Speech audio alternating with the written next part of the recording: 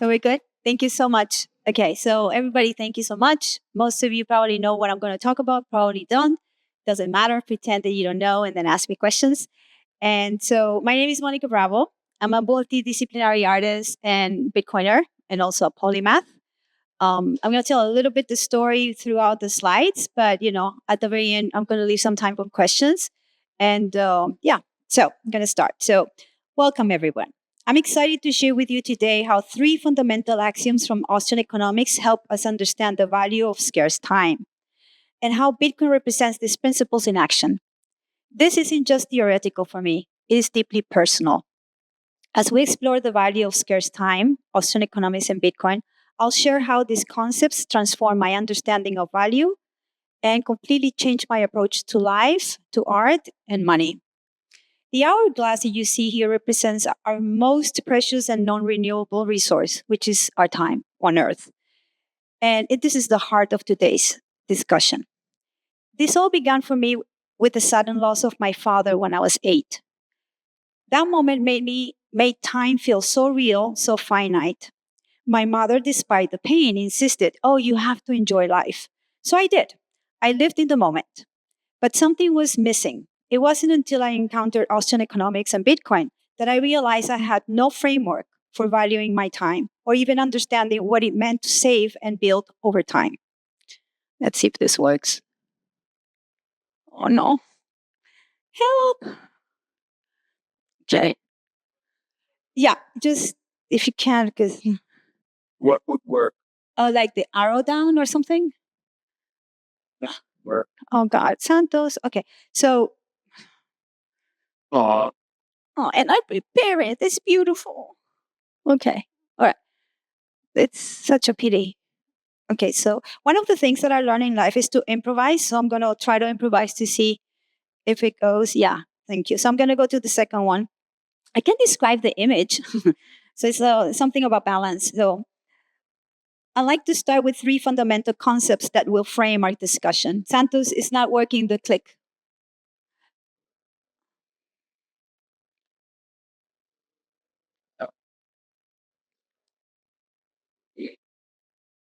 They say Mercury is retrograde. If you guys know what it means, like communications are a little bit lost. So, there you go. Yeah. Is it working? uh, Okay, so stay here and I tell you to stay with me. Okay, so I'll like to start with the 3 fundamental concepts that will frame our discussion. Thank you so much. First, value is subjective. That was a big one for me. Second, values are based on essential needs. Third, time is scarce, therefore is valuable. The image on this slide is a fragile balance, and it reminds us that we're always weighing different values. As an artist living in New York for many years, sorry, this is really coming. Like, not a good thing. Okay. Sorry, this is me. So, as an artist living in New York City for many years, I operated with a very different understanding of value. I lived moment by moment, prioritizing immediate experience and creative expression with little thought for the future. I made what I thought were smart decisions. I constantly reinvested every gain back into my projects, my installations, the materials, exhibitions, my art studio, my assistants, my travels, my dinners, my networking, blah, blah, blah, blah. It all went back to that. Work and sales were steady, but I didn't pay myself a salary. I had no financial education, and I was confusing growth with production. I was building, but I wasn't saving. What I didn't realize is that this balance isn't static, it evolves as we do. If value is subjective, then I must be one to decide what I truly need. When I clarify what's essential, I naturally begin to value it. And what I value becomes meaningful in my life. That's where the scarcity of time becomes crucial. It gives way to our choices and depth to our values. Etymologically, value comes from the Latin valere, that means to be strong, to be worth, and to be well. Not just what has price, but what strengthens and empowers our life. In Middle English, value meant the degree to which something is useful or estimable. And this is exactly where Bitcoin enters this picture, because its fixed supply makes it scarce, and what is scarce, if it meets a need, becomes valuable. So limited leads to scarcity, and that leads to value. This is why time has value, and this is why Bitcoin has value. And I'll explain more with a go. So I asked a question out. I mean, you don't have to respond it, but what options have you reclaimed in the past few years that are maybe financial, maybe personal, that felt like freedom? Okay, so we're going to see if this works. Yay. Okay. So Austrian economics provides a powerful framework through these three axioms: human action, nonviolence and property rights, and low time preference. Each represents a fundamental truth about how humans interact with value and with time. Together, they create a coherent system for understanding economic behavior, not just in markets, but in all human decisions. I'll explore each axiom individually, showing both its theoretical underpinnings and how I've seen it manifest in my own life. I was born in Colombia and grew up in a violent environment. The drug wars of the 70s and 80s shaped everything: our economy, our sense of trust, our sense of time. Under survival mode, there is no thriving mode. You can't plan, you can't save. You act in the now because tomorrow isn't guaranteed. For someone like me, coming from a background where survival was immediate and creative work felt like the only currency I had, these ideas gave shape to things I had always sensed, but I didn't know how to name. They became a kind of inner architecture. Then I encountered Bitcoin, and suddenly all three principles were no longer abstract. They were embodied in a living system, a tool that doesn't just reflect these axioms, but amplifies them. It helped me rethink not just money, but agency, value, and what it truly means to act with purpose. These axioms are starting points. They're self-evident truths from which all other insights in Austrian economics are logically deducted. This is what makes praxeology a unique social science, and it doesn't rely on statistics or prediction models. It begins with the action of the individual, and it builds outward through logic, not probability. That's why these principles are solid. They don't change based on trends. They're rooted in how human beings act, choose, and assign value. And that's what makes them timeless, just like Bitcoin. Okay, so human action and opportunity cost. So human action, according to von Mises, says that all decisions are economical decisions. Every time we choose one path, we give up another. That's what is called opportunity cost. I love that I understand that right now because I didn't know what he meant. So the image you see illustrates this: a decision tree where each branch represents a trade-off. The paths are open and others we leave behind. So even in everyday choices like cooking at home or ordering a takeout, we reflect how we allocate scarce resources: time, money, and energy. For me, this became concrete when I left New York after 27 years. I chose a smaller space, no assistants, no studio, no overhead, just what it was essential. Instead of producing more, I invested in learning. I studied Austrian economics, Bitcoin, and praxeology, and that gave me a purposeful behavior towards my actions. So in that shift towards simplicity, clarity, and saving hard money wasn't just practical. It changed how I evaluate decisions. I wasn't reacting anymore. I was choosing with intention. This is the power of this axiom. Once you see that every action is a signal and the time is the ultimate scarce asset, you start making different choices. You stop and ask, can I afford this? And start asking, is this aligned with what I truly value? Praxeology helps us see the every choice carries purpose, whether we are aware of it or not. So just for the etymology of the word, praxis in Greek means practice, and logos means, the reasoning of logos. So you have to be active with the human action. Sorry. Oops. Sorry. Okay, we're going to move to the next slide. How am I doing? Great. Thank you. All right. So we're going to go to the second axiom, which concerns nonviolence and property rights. Hayek noted, when property rights are secure, human creativity flourishes. A truly voluntary market is built on that foundation. People exchanging value without coercion, respecting boundaries of ownership, time, and consent. When those boundaries are protected, innovation happens. People take risks, share ideas, and collaborate from freedom, not from fear. Look at the images. A market is a voluntary exchange. Innovation leads to freedom. But what happens when coercion creeps in? Creativity and value are crushed.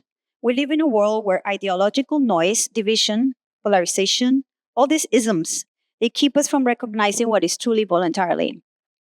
Take, for instance, the vaccine mandate. They're a violation of property rights. You know that your body is your first and most sacred property? I didn't know that, but I learned.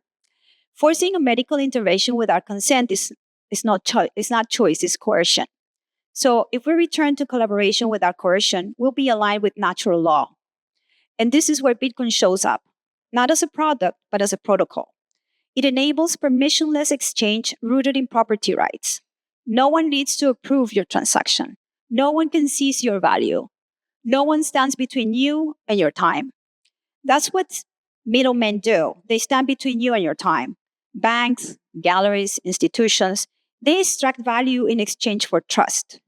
But with Bitcoin, trust is built into the code. No need to ask for permission. No risk of seizure. No hidden fees. No opaque rules. Think of fiat like a leaking bucket. Every intermediary dilutes your value. Your time gets taxed, delayed, and eroded. Bitcoin is like a sealed vessel. What you put in stays in, if you take care of it, obviously. That's when I understood innovation isn't just about good ideas. It's about creating the conditions where ideas can live. Freedom, trust, and secure ownership make that possible. Bitcoin protects that. Go to the third axiom. Okay, here we go. So this is what made me a Bitcoiner. When I read the Bitcoin standard, this is what really orange pill made. So the third axiom is called low time preference, and might be the most transformative of the three. So as Rothbard observed, money is the most marketable good and the most liquid asset. This is why it can serve as a medium of exchange. But I never questioned what kind of money I was using or how it affected my time horizon. Look at the three panels on the slide. The shopping cart represents high time preference, consumption, spending today without considering tomorrow. The middle panel poses the real question. How much free time do you have? Depends on the type of money you use. Final panel captures the consequences. One person lost in passive consumption and regret. The other one is present, engaged, and probably reading a good book. So Fedianamus, which is my mentor, I studied with him over a year and a half, and I thank him for everything I know. He wrote, hard money is a store of value that maintains its purchasing power over long periods of time. That's what Bitcoin offers, a way to step off the hamster wheel and spending into a mindset of saving, building, and breathing. A high time preference says, I need to spend now. I need to feel good now. I need certainty right now. So that's the psychology of inflation. That's the now isms. We're surrounded by fast fashion, food delivery, debt-driven lifestyles. The future becomes invisible. I was very guilty of that living in New York, so I know what I'm talking about. Wow, that changed. A low-time preference says, I'm okay with the unknown. I can delay gratification. I value freedom in the long run. That shift isn't just about money, it's about presence. And yes, saving in scarce asset like Bitcoin actually makes life more fun. Why? Because the pressure to perform constantly, to keep up, to scramble starts to fade. When your money isn't melting, you can breathe. As Mrs. wrote in Human Action, the incentive to save and accumulate capital is the desire to improve future conditions. The time element is essential in all human action. That's the essence of low time preference. Saving in a scarce, incorruptible asset realigns you with the time itself and makes space for meaning. Can I ask to close the door? I'm listening to the other side and I get distracted. All right. So, 7 slide. It's when I discovered Bitcoin, I saw how these three axioms, human action, nonviolence, property rights, and low time preference converge in one system. This flow chart illustrates these connections. Human action leads to decentralization because when individuals are free to make economic choices based on their own priorities, value is no longer dictated from the top down. Decentralization emerges from the bottom up through voluntary action. And once a choice is made, it can't be undone. That's immutability. Every transaction is recorded. Every action has consequence. Bitcoin preserves this accountability in a way no central authority ever could. Property rights connect directly to Bitcoin's hard cap of 21 million. That number isn't arbitrary. It's a line in the sand that says, this is the boundary. No one can dilute your stake. In a world of endless printing and moving goalposts, boundaries matter. Bitcoin treats value like a sacred space. It is clear, it is limited, and it is protected. That's what real property rights require: enforceable limits. Low time preference is what allows for sustainability. It's the willingness to delay gratification in favor of locked in value. Bitcoin, as a scarce and incorruptible asset, gives us a reason to save. It rewards patience. It invites discipline. It says you don't need to chase yield or race against inflation. You can just hodl it and build. Together, these principles form a cohesive architecture that delivers three essential outcomes: a reliable system, one you can count on regardless of politics or policy; an incorruptible system that is resistant to manipulation, inflation, and theft; and a multi-generational store of value, something that you can pass on, not just cash in. This wasn't just theory anymore. It became a path forward. Austrian economics moved from the abstract philosophy to a lived, embodied reality. I realized that education is an investment of our time towards the future. And when we begin from first principles, building strategies grounded in logic and aligned with reality, creativity, innovation, and collaboration can actually flourish. For me, this shift wasn't just intellectual, it was personal, like everything. It wasn't only about changing location, but about opening my mind. I began teaching, not to impose beliefs, but to deepen and integrate my own lived experience. Bitcoin gave me that framework, but it was through living it, through trial, failure, recalibration, that the real transformation happened. So I have some questions here that are coming. Like, I do a lot of self-reflection work. That's the way I work. So I keep on asking questions. So the questions here is like, what do you truly value the most? Are you allocating your scarcest resource, time, and accordingly? So there's an exercise that I always been doing. It's like I make lists in different times of my life about what my needs are, and they keep on changing. But there's always one. Like my first need and most important is to be free. So every choice I make in my life is based on that. Because for me, freedom is about options. So this is a question: like, do you know really what you value? Do you know what your needs are? How are your economic decisions affected by the kind of money you use? So if you don't know what the value of the money, then your decisions are going to be diluted in different ways. So does your current savings vehicle respect property rights and nonviolence? Are you aware that these things are together? How might a lower time preference reshape your creative potential? For me, it changed everything.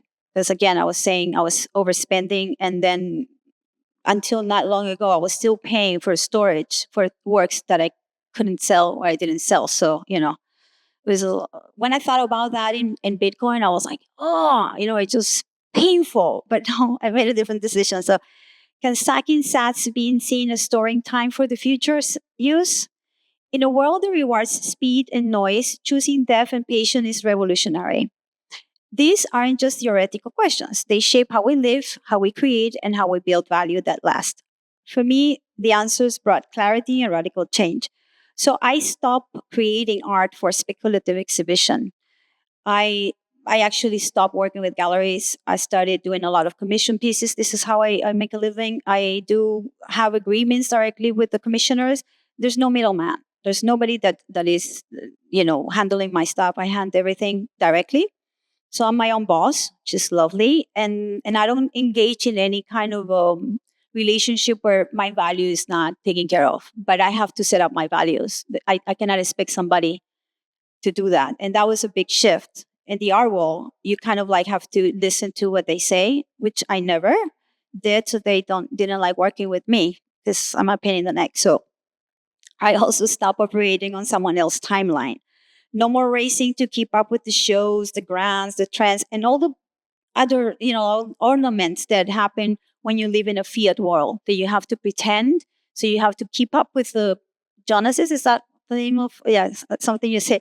So I did that because I thought that was the thing that you do in New York in order to get work, which you don't. It's the best thing for me. So that's how a low time preference mindset taught me not to chase opportunities, but to shape them accordingly. When I knew what my value was, I don't have to chase it. I don't have to look for a job. I get things coming to me. Obviously, there's a process, but I know my value. So to invest time wisely is not just to produce, but to preserve, to educate, and to grow. So education became very important because the more people know how these things are linked, better for me and for everybody. So I also have come from a family of educators. So I'm giving a lot back to my mother and my grandmother. So Mrs. said, what is important is not to forecast the future, but to be prepared for it. Let's go to the next. Okay, so here. This led me to ask deeper questions like if value is subjective and my time on earth is my scarcest asset, how could I preserve and multiply its value? Because it's a logical thing. And I have to say something. Before ocean economics and Bitcoin, I hated logical situations because I'm a very emotional person. So I remember going like, I'm not going to go through logic. That doesn't make sense. Right now, everything that I want to achieve has to be with logistics. And it changed my life. I can still be very emotional and I use that for my work and for other connections that I have with people. But logic, my God, I love Mrs. and everything that he gave me because it showed me logic, the beauty of logic. So I'm more logical right now, which is a joke. But for all the people that said they could understand me. So the earth inside the hourglass represents the truth. Our time is finite. Truly, it's the most limited resource we have. So long-term preference became my guiding principle, consciously acting with the future in my mind, prioritizing sustainable growth over immediate gratification. So I have these questions here that is very important. Like the first thing of the progression is to establish priorities. So if you don't know what you need, how do you know how to prioritize your decision making? Then you have to take steps towards that growth. You have to kind of think of the future, but not with fear, but with like, I'm going to do this, and set up the strategy, and then you expand your vision beyond unlimited horizons. So, do you know what your priorities are? Are you building towards your future? And how is that going? That's my question. So here. So this is emergent civilization. So yeah, this is a video. So this is a vision of civilization shaped by voluntary collaboration, open markets, and sound money. This work that you see here is called Uranos, Above Us on the Sky, and it was commissioned by the MTA Art and Design, part of the program at Grand Central Madison in New York. Jim was there to see it. It was a temporary 5 screens, 2-minute animation where it explores time, civilization, and human action. I was very inspired by my studies of ocean economics, so I wanted to embed it there in a very, poetic, because my work can be very poetic. So, So this is a vibrant cityscape that reflects the passage of time and the crystallization of civilization, encouraging contemplation of humanity's creative prowess. These structures mirror our capacity to either create or to destroy when given the Promethean fire. So don't forget, everything depends on your decision making. So you're part of civilization in the way that you are aware of how your decisions shape the future of the country, of your communities, of your family, of the world. So you do have that power, and nobody's going to save you. So that's good news. Infused with playfulness, vivid colors, and ever-shifting geometry, the surreal landscapes prompt introspection about our role in shaping the world and the potential outcomes of our endeavors. This piece was created during the same time period where I was studying praxeology, and is a visual meditation on how human action, purpose, and voluntary cooperation shape civilization from the bottom up. So civilization is not engineered, it is discovered. It emerges through the free choices of individuals acting purposefully, guided not by central commands, but the principles of property rights, responsibility, and trust, obviously within time. Rothbard says, I think it's finished this one. So the liberty is the mother, not the daughter of the order. Bitcoin fits into this worldview not as a disruption, but as a civilizational foundation. It is the architecture for freedom. It is resilient, it is permissionless, and transparent. So I don't know if you guys know the origin of the word civilization. It comes from Latin civis, so it means citizen. And it really means to relating how you relate your presence in public life. How do you behave in community? So it has a lot to do with behavior as well. And some people may don't think that your action in community is important, but it reflects your person. So I think it's very important to understand that those principles are reflected in the community that you live, whether you are intentionally or not intentionally doing so. That's there. Okay, I'm going to go to the next one. Oh, where is it? Here. More video. So here. So, oh no, wait, I missed one. I read the two here. Same video. So I'm going to go to the next one. Sorry. This one is, so here I have like numbers, and I really, this is an animation that Wicked, he's in Twitter, he did, and I really love it when I have to explain to people about DCAing and like how things go. So let's look at the numbers. So this chart shows what happens when someone saves $50 a week starting in 2018, comparing Bitcoin to gold. By December 2024, both paths involved the same amount invested, which is around $8,200. But the results, well, gold was around 28,000. Bitcoin was over 128,000. And that's not just a difference in performance, it's a difference in worldview. Because when we say the value of one Bitcoin is one Bitcoin, we're stepping outside of the fiat thinking. In an inflationary world, we're trying to measure value in dollars, euros, pesos, you name it, the currency of your country, that lose purchasing power over time. But Bitcoin flips that logic. It's not that Bitcoin is volatile, it's that the fiat is unstable. So Bitcoin isn't the thing being measured, it's the measuring stick. So with a fixed supply of 21 million forever, Bitcoin is a closed system. So when I began saving in Bitcoin, I stopped asking, how much is this in dollars? And I started asking, what share of the network do I hold? Really made a very good psychological thing in me. So that shift from price to percentage, from spending to saving, changed everything. It's not about getting rich, it's about getting free. And for me, freedom means having more time, more than one option, which brings us full circle to what I said at the beginning. When you define what is essential, you begin to give value to it. When I began to value my time, my scarcest asset, I began to choose differently. And Bitcoin taught me that value is what matters, that act with intention is also important, and to reclaim my options. So I'm asking, what options have you reclaimed in the past few years that are personal, financial, and that have given you freedom? To the next one. Here, okay. You know, I like making visuals. I'm an artist, so I really wanted to show this to you. So Nietzsche once said, it requires more genius to spend than to acquire. To acquire, you repeat what works, but to spend well, you have to know yourself. You must decide what matters. That's the hardest work. Equilibrium isn't a fixed state. It is a process. And praxeology helps us refine that process by making our choices visible, conscious, and intentional. I'll leave you with a set of questions again, blah, blah, blah, blah, blah. So I'm just going to pick a couple. So how do you identify what you really need as an individual, not what others say you should want? So it's very important that you understand that your needs are not the same thing as your spouse. They're not the same as your children. They're not depending on like a whole collective. You really have to understand that your needs come first. And then once you have that, you have leverage to have any kind of relationship with things, situations, and people. This works at all levels, not just money wise, but psychologically. So knowing your needs is first thing. And if you don't, just do the homework. It's fun. When you sit down with a white piece of paper, you say, what are my needs? It's not easy to define, because you say, I want happiness. Like, yeah, what is the shape of happiness? Or I want peace in the world. What is the shape of it? So to be very precise about it takes some time. But once you know, then you're not going to allow anybody not to value that, because you're going to stand for that. That's going to become your like credo. So that I've done, and it's really changed everything. All right. Oh, here, I keep on forgetting how this here. Okay, so this one was interesting because so I started my classes with Saifuddin, and in the first class, he said, he doesn't use the word praxeology, by the way. He starts talking about human action and everything.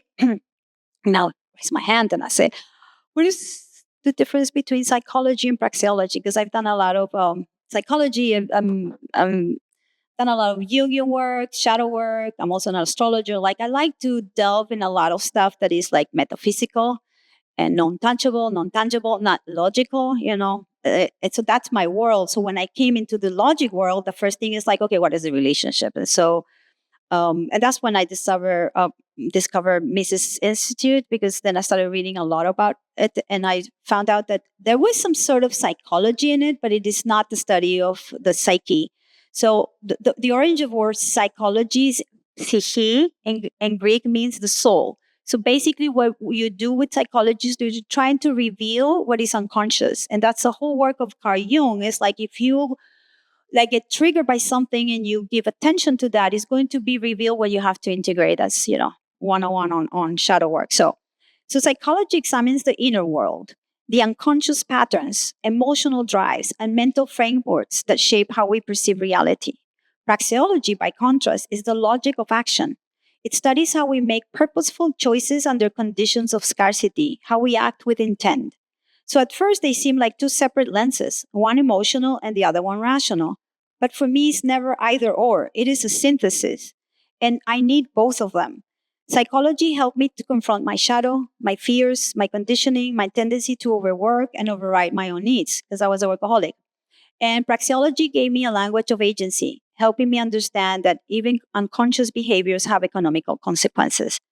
There were times I didn't realize how much fear it was driving me. The fear of success, or not doing enough, or not producing enough to be seen. So all those fears were like feeding my unconscious, and I didn't have more choice than just have a high time preference, going out, trying to meet the right person. Like, this networking thing is kind of like sick for me, but that was what I was doing, because I didn't know that I had a choice. So through the logic of Austrian economics, I saw clear that my fears, through logic, I was able to overturn scarcity from the sense of lack to the full value. And it's interesting because a lot of people, when you say the word, and I include myself, scarcity, you always think about something that is missing. You never think that scarcity actually, when there's not enough of something, that means there's going to have more value. So when I changed that, it's like, whoa, it's like a completely different way of living. So this, again, with Bitcoin, understanding that as a hard money, that was where I was going to put all my time and effort, because then I'm not thinking, oh, I don't have. I'm thinking like, I'm valued this so much, so I'm going to put it into the future. And I just, I know how to read charts. Like, I know how to read financial charts. I never traded any a cent, but I'm super okay with whatever is happening. It's not about the price. Charts reflect the frequency of the people. We're living in a very uncertain time right now for many reasons. That's what's going like that. So as long as you are with intent, like, our future depends on how we act. So you want Bitcoin price to go up? Behave accordingly. All right. So here's like a wrap up of everything. It's like these three axioms are important: human action, nonviolence, and justice is repetition. They're the cornerstones of Western economics. And at the same time, they're the living principles embedded in Bitcoin. I really love the word principle, and it's Latin from like foundation. So when you have principles and you also have a personal integrity, integrity is to put things together and to kind of like find something that emerges in that, in those two things, that is new. It's like a third way, right? The Trinity. So when you actually integrate the principles in life and how everything is happening, you are responding and taking action, is actually, this is the beauty of life. I have to say, I have to say that it has really given me that. What else I want to say here? This is a repetition.